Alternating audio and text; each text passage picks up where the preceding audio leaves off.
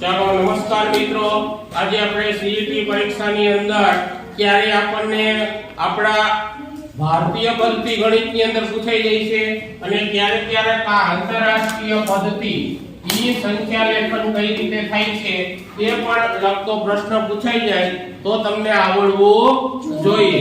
તો આપણે સૌપ્રથમ આ પદ્ધતિમાં એકમ, દશક, સો, હજાર અને મિલિયન નો ઉપયોગ થાય। 1 મિલિયન એટલે 10 લાખ યાદ રાખવાનું। 1 મિલિયન એટલે 10 લાખ। ચાલો એક રકમ આપેલી છે એકમ, દશક, સો, હજાર। ચાલો એકમ આમાં 1000, 10000 પછી 100000 એટલે 1 લાખ થાય આપણી ભાષામાં। 100000 અને પછી 1 મિલિયન પછી 10 મિલિયન આવશે। તો આને વચાશે કઈ રીતે? 30,46,987। ચાલો બરાબર।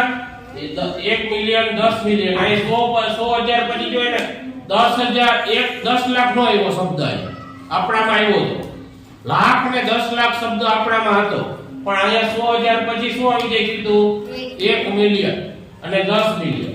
એટલે આંતરરાષ્ટ્રીય પદ્ધતિ લેખન, સંખ્યા લેખન, આને દાખલા જો તમને પૂછાઈ જાય તો તમને ખ્યાલ હોવો જોઈએ।